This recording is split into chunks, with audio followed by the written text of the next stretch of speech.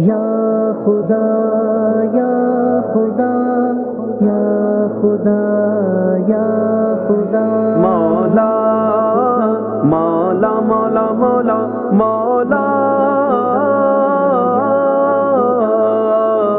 مولا میرے مولا میرے مولا اعوذ باللہ من الشیطان الرجیم بسم اللہ الرحمن الرحیم۔ ناظرین کرام السلام علیکم ورحمۃ اللہ وبرکاتہ۔ انشاءاللہ تبارک و تعالی آج ہم لوگ پڑھیں گے شرح میعات عامل میں عوامل قیاسیہ۔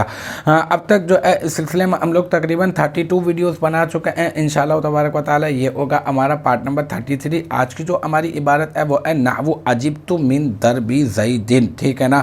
اچھا یہاں پر جو ہے یہ بتایا جا رہا ہے کہ مفعول کو ذکر نہیں کیا جا رہا، ٹھیک ہے نا، یعنی مصدر کا عمل ہے، مصدر متعدی کا، مصدر متعدی کے عمل کی دوسرا جو عمل ہے اس کی مثال دی جا رہی ہے جس میں فاعل کو ذکر کیا جاتا ہے اور فاعل جو ہے وہ مضاف الیہ، فاعل کی طرف جو ہے نا وہ مضاف ہوتا ہے اور جو ہے نا مفعول کو ذکر ہی نہیں کیا جاتا، ٹھیک ہے نا۔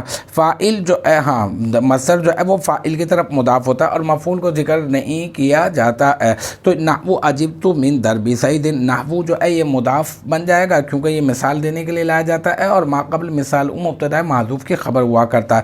تو نحو مضاف، پھر عجبت صیغہ واحد متکلم اور فعل ماضی مثبت معروف، اس میں تو ضمیر مرفوع متصل بارز اس کا فاعل، پھر من حرف جر اور ضربی یہ مصدر مضاف اور زیدن مضاف الیہ فاعل، پھر مصدر مضاف اپنے مضاف الیہ فاعل سے مل کر بن جائے گا مرکب اضافی اور مرکب اضافی ہو کر من حرف جر کا مجرور، اور پھر جار اپنے مجرور سے مل کر عجبت فعل کا ظرف لغو، اور پھر عجبت فعل اپنے فاعل اور ظرف لغو سے مل کر جملہ فعلیہ خبریہ ہو کر بن جائے گا نحو مضاف کا مضاف الیہ، پھر نحو مضاف اپنے مضاف الیہ سے مل کر مرکب اضافی ہو کر بن جائے گا مثال و مبتدا محذوف کی خبر، اور پھر مثال و مبتدا محذوف اپنے خبر سے مل کر بن جائے گا جملہ اسمیہ خبریہ۔ تو الحمدللہ یہ ہمارا پارٹ نمبر جو ہے 33 عوامل قیاسیہ کے سلسلے میں وہ بھی اپنے اختتام کو پہنچا۔ مجھے امید ہے یہاں تک کی جو بات ہے وہ آپ کی سمجھ میں آ گئی ہوگی۔ انشاءاللہ تبارک و تعالی نیکسٹ ٹائم اگلی ویڈیو اگلی کلاس کے ساتھ ملاقات ہوگی۔ جب تک آپ اپنا بہت خیال رکھیے گا۔ وآخر دعوانا ان الحمدللہ رب العالمین۔